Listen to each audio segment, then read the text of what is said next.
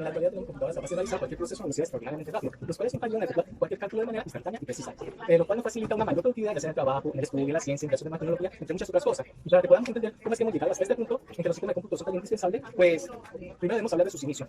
En el año 1200 después de Cristo se introduce en China el abacoa, el cual en estos tiempos era considerado un sistema de cómputo que permitía realizar cálculos matemáticos sencillos y uno un poco más complicado. Pero para los estándares actuales eso no puede ser considerado un sistema de cómputo debido a que pues, no usaba electrónica digital y su uso era prácticamente manual. Así que el nacimiento de las computadoras empieza desde el siglo XX y abarca 5 generaciones.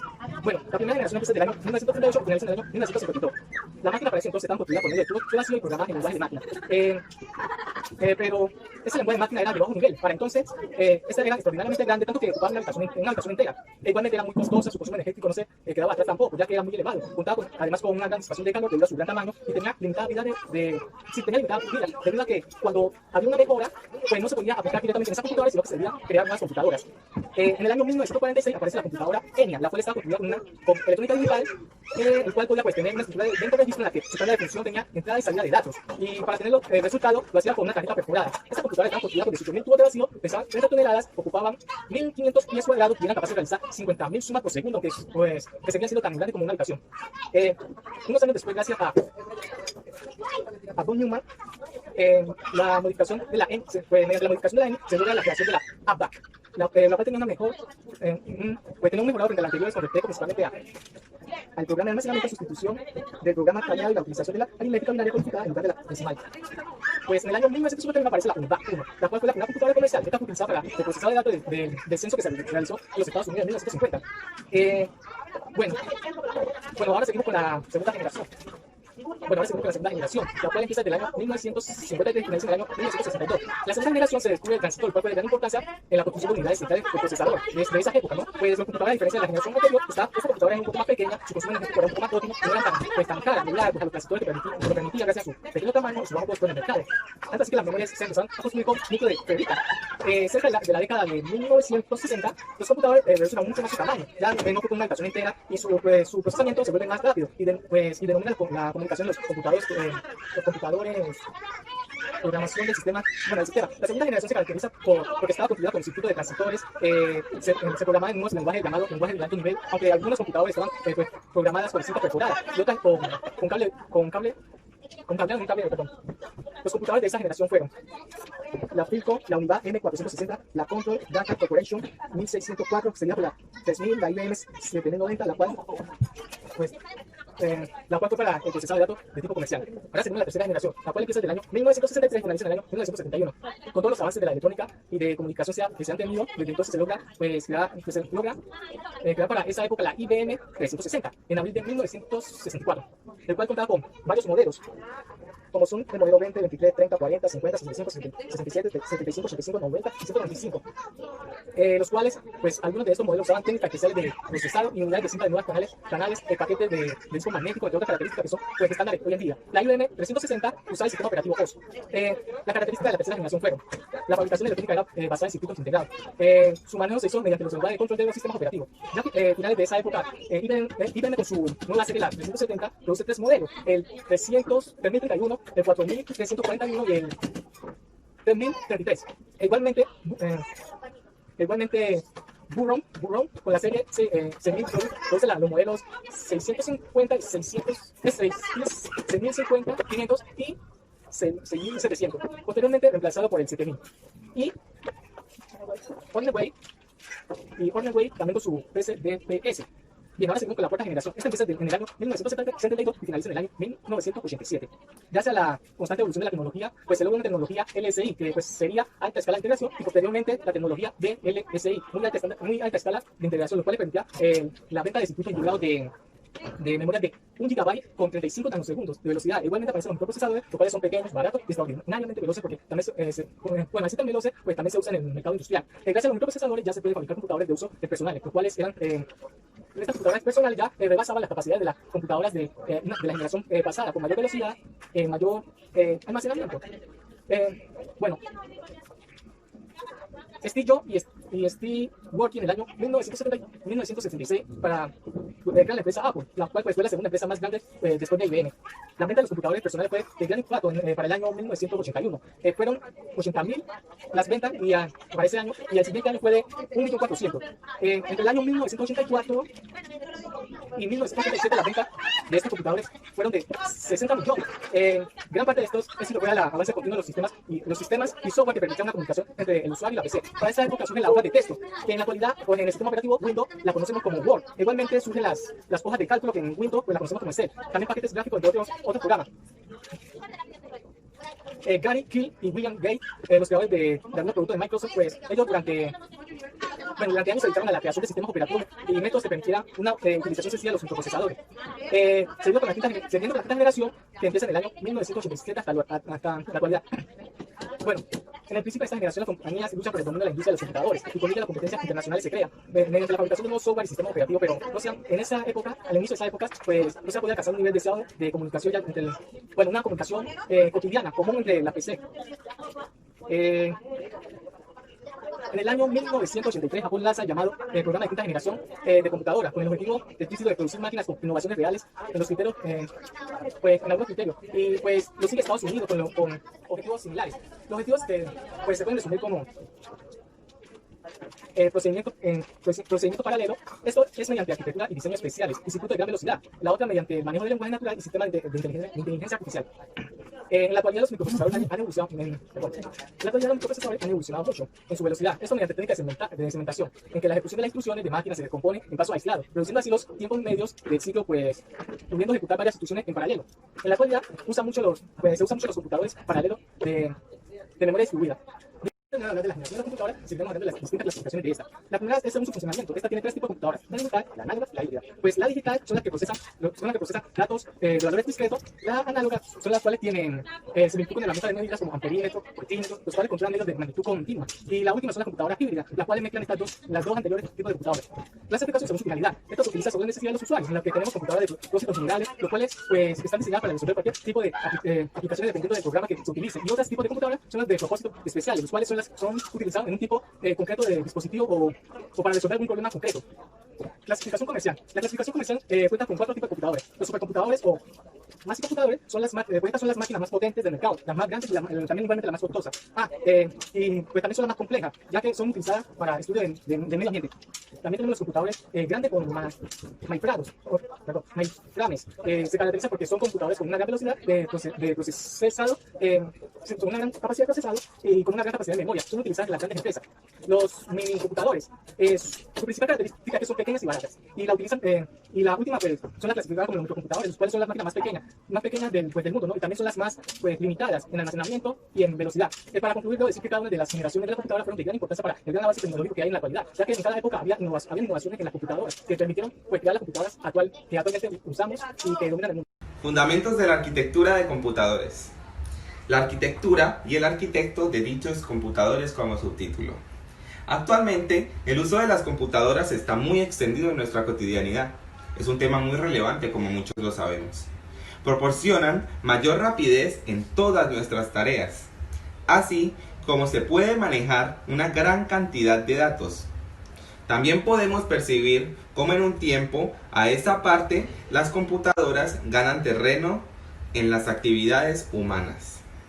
Su capacidad de cálculo, de procesar datos, de generar muchísima información e incluso simular procesos, las convierten en la herramienta indispensable y limitada por su gran capacidad. Debemos tener en cuenta que el uso de las computadoras está muy extendido en las actividades que requieren del manejo de gran cantidad de datos a una gran velocidad. Como por ejemplo, cuando vamos a realizar diagnósticos médicos, investigaciones nucleares y de energía e inteligencia artificial, es muy importante contar con arquitectos y dichos computadores. Hay muchos más en los que se requiere de esto, pero es en estos casos que demanda mayor capacidad y rapidez en nuestra realización de dichas tareas. Cuando se sobrepasan las características de los computadores actuales, la solución pasa entonces por la construcción de mejores computadores que logren avances sustanciales en su rendimiento. Para lograr dicho aumento en el rendimiento, Se necesita una buena arquitectura, es decir, debemos mejorarla. Pero esta arquitectura de computadores abarca unas fases, las cuales son, primero, la definición de las necesidades que pretende cubrir el computador.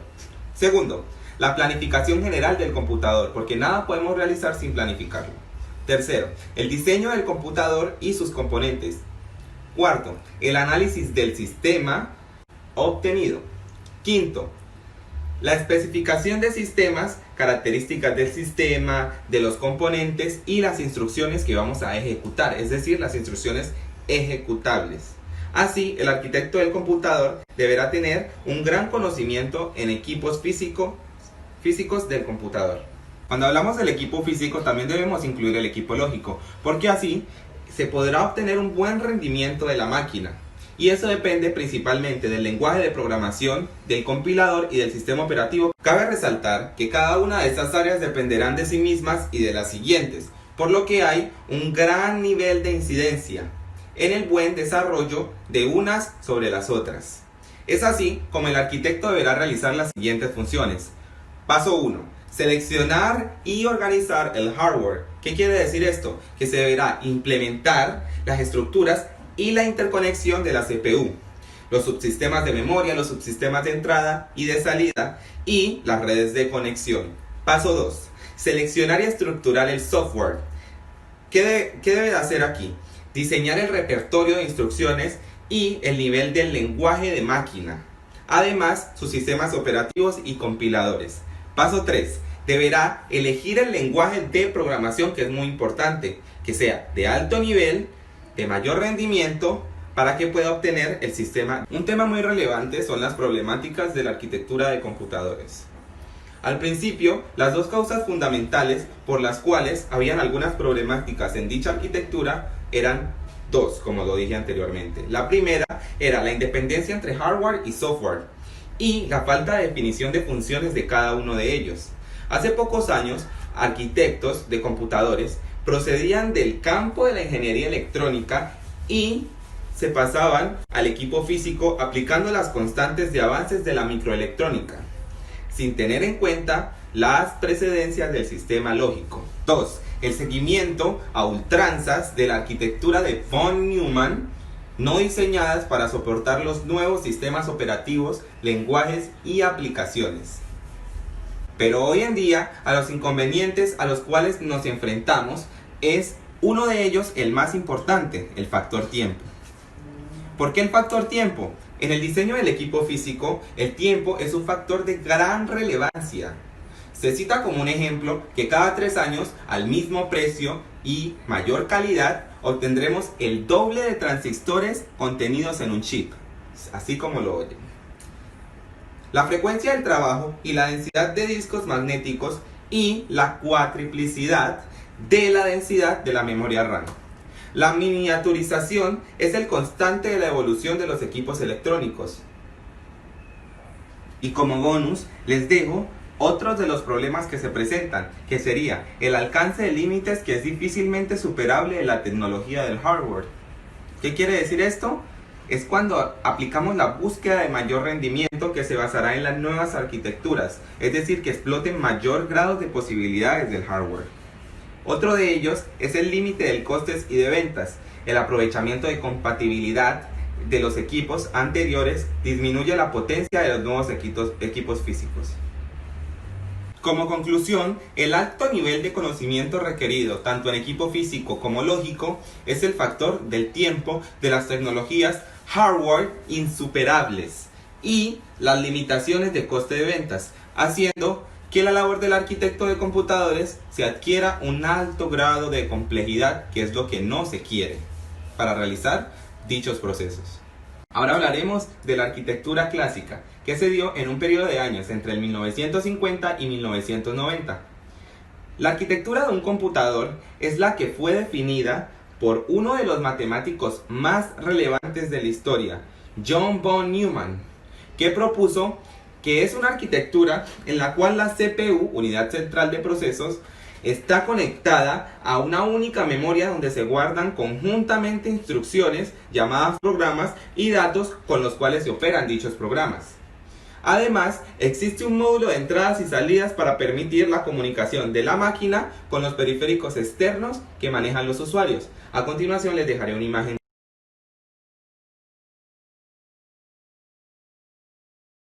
Esta arquitectura se denomina de tipo CISC, computador de juego de instrucciones complejas. Las instrucciones complejas exigen mucho tiempo de la CPU para ejecutarlas y el acceso a la memoria, que era muy lenta. También destaca el hecho de que para compartir el bus ralentiza los tiempos de operación y ya no se puede hacer la búsqueda de nueva instrucción antes de terminar la transferencia de datos resultante de los resultados obtenidos por la operación anterior. Por lo tanto, esta arquitectura tiene dos principales desventajas, que son las más relevantes. Primera, la longitud de instrucciones está limitada por la longitud de los datos. Por lo tanto, el procesador se ve obligado a hacer varios accesos a la memoria para buscar instrucciones complejas. 2. La velocidad de operación está limitada por el efecto cuello de botella, que significa que un bus único para datos e instrucciones impide superponer ambos tipos de acceso. Ahora hablaremos de la arquitectura moderna, de 1990 hasta hoy, que propone modificaciones en la arquitectura del equipo físico y mejoras en nuevas prestaciones en el tiempo lógico. Un ejemplo, en el primer aspecto, es la arquitectura Harvard, que está especialmente diseñada para atacar las debilidades de la arquitectura von Neumann. La solución conceptualmente es harto sencilla. Se construye un procesador que está unido a dos tipos de memoria diferentes por equipos de dos buses independientes. A continuación les dejaré una imagen de lo que les dije. Como se pudo observar en la imagen anterior, la memoria de datos y la memoria de instrucciones son independientes. Es decir, que trabajan almacenándose en ellas los datos y programas respectivamente. Una forma de potenciar el aislamiento entre las instrucciones y los datos es la incorporación de memoria caché ultra rápida, de cómo sucede en los últimos modelos Pentium. Esta se encarga de guardar los datos que va a precisar la CPU y las instrucciones, como les mostraré en la siguiente imagen.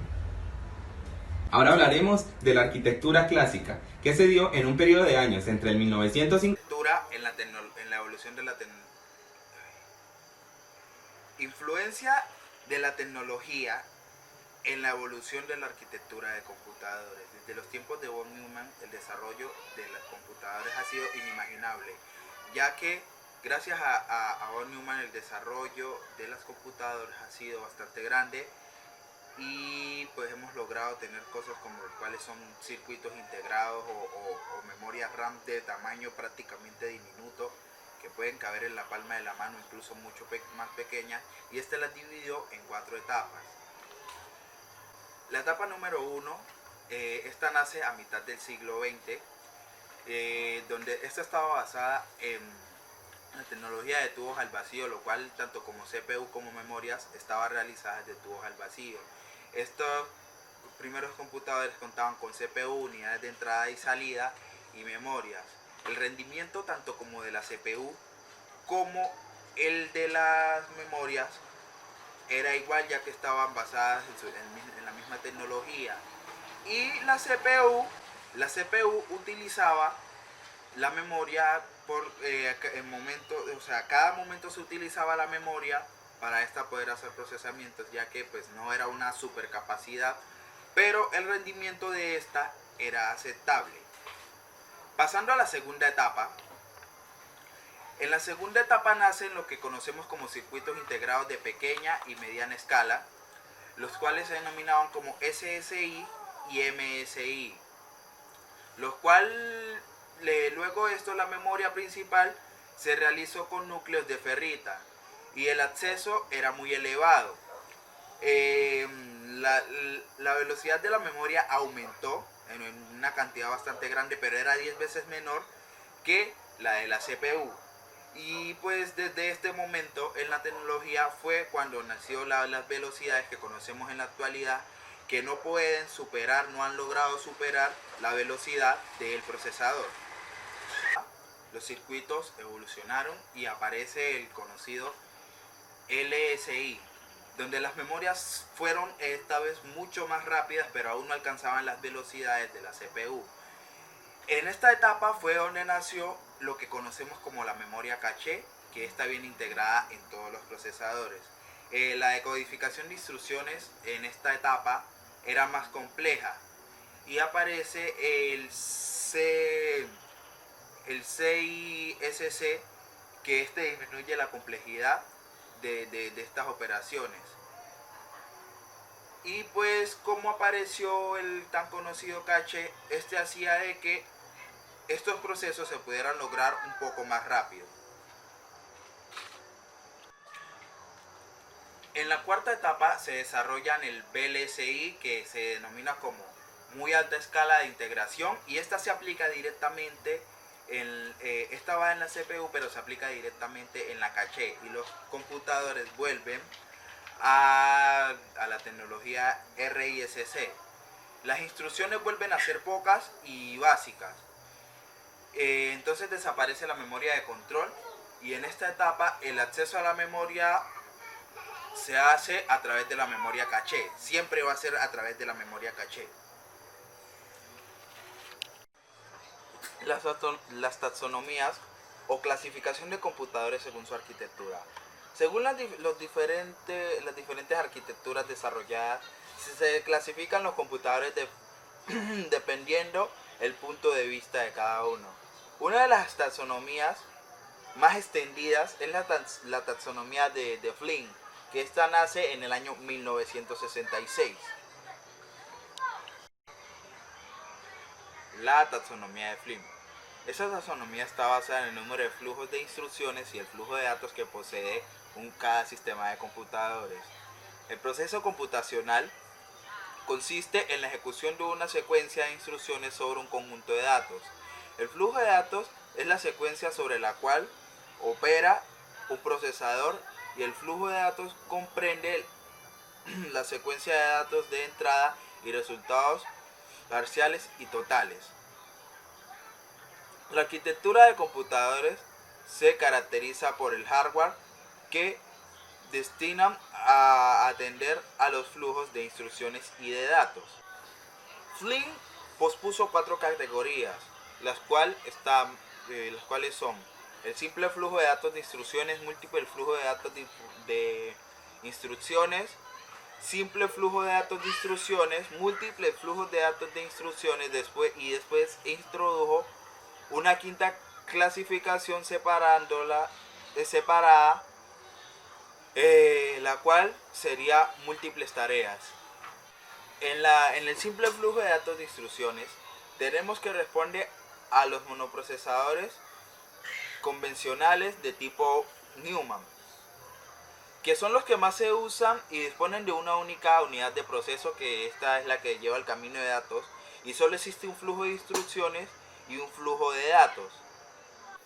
En los computadores de múltiples flujos de instrucciones existen unidades de proceso, y cada una con su propia unidad de control y sus propias instrucciones, pero operando sobre un mismo flujo de datos, de forma que la salida de un procesador pasa a ser la entrada del siguiente. Computadores MIPS existen unidades de proceso, y cada una de estas con su propia unidad de control y sus propias instrucciones, pero operando sobre el mismo flujo de datos, de forma que la salida de un procesador pasa a ser la entrada del siguiente en el macrocauce de los datos. Se hacen diferentes operaciones. En el simple flujo de datos tenemos que el flujo único de instrucciones y el flujo múltiple de datos, solo hay una unidad de control que controla las diferentes unidades de procesos. Todas las unidades de procesos reciben la misma instrucción, pero operan sobre diferentes datos procedentes de la memoria compartida. Tenemos que la memoria compartida dice que todas las unidades de proceso utilizan una memoria común y cuando esta quiere enviar un dato, esta lo escribe de tal forma que la otra conozca la dirección donde este se va a escribir y así pueda leerlo en dicha posición. Y pues esto sería como un tablón de anuncios, el cual pues puede ser visto y utilizado por todo el mundo.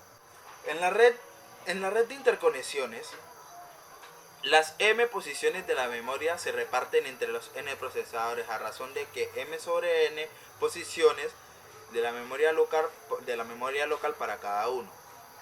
Cada procesador se une con los demás mediante una línea full duplex, de forma que en un momento determinado un procesador puede tanto como recibir datos de otro y al mismo tiempo mandar los datos a un tercer procesador.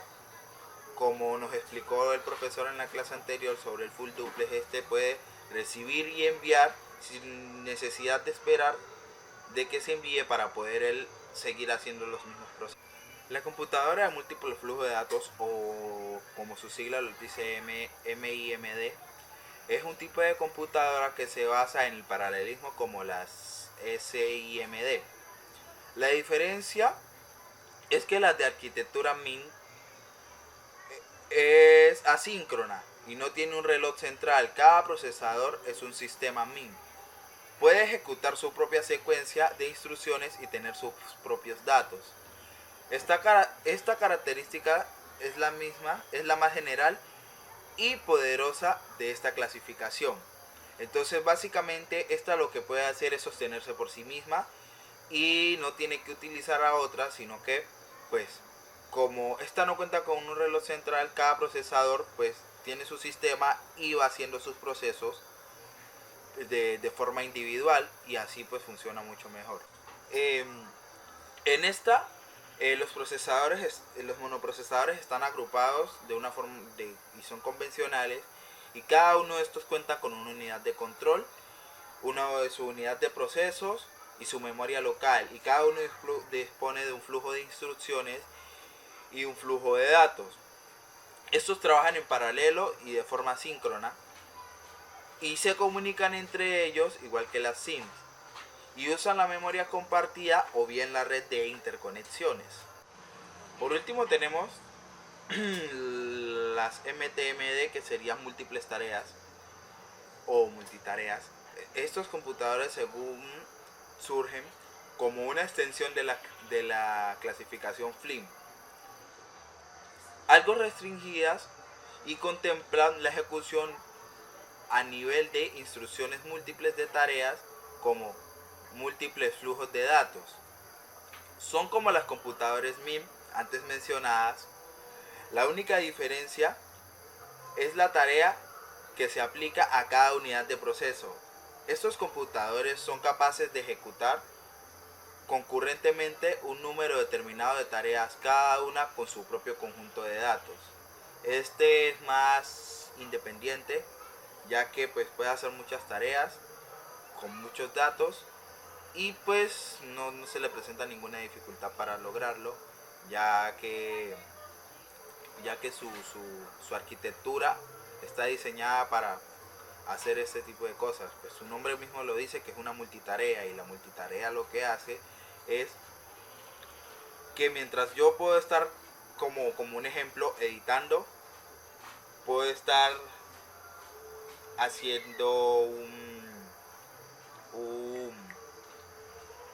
un archivo de Word o estar en internet o pues infinidades de cosas. La cuestión del multitareas es una de las cosas más populares en esta actualidad y los procesadores del mercado actualmente pues están empeñándose mucho en la cuestión de las multitareas, ya que por la cuestión de los creadores de contenido, podría ser como ejemplo, ellos mientras necesitan renderizar un video, necesitan de pronto editar una imagen o hacer algo para este video o para otras cosas. Entonces el multitarea les ayuda, ya que pues puede hacer varias funciones y varios procesos al mismo tiempo, ya que el sistema existen otras taxonomías tales como la de Short, que no es tan popular como la de Flynn, y pues esta es una de las que pues más se destaca. La de Short, al igual que la de Flynn, clasifica a los computadores, pero esta la clasifica en función del número de elementos, mientras que la taxonomía de Flynn pretende clasificarlas por la organización del software o las instrucciones y datos. La clasificación de Short lo hace por la estructura del hardware.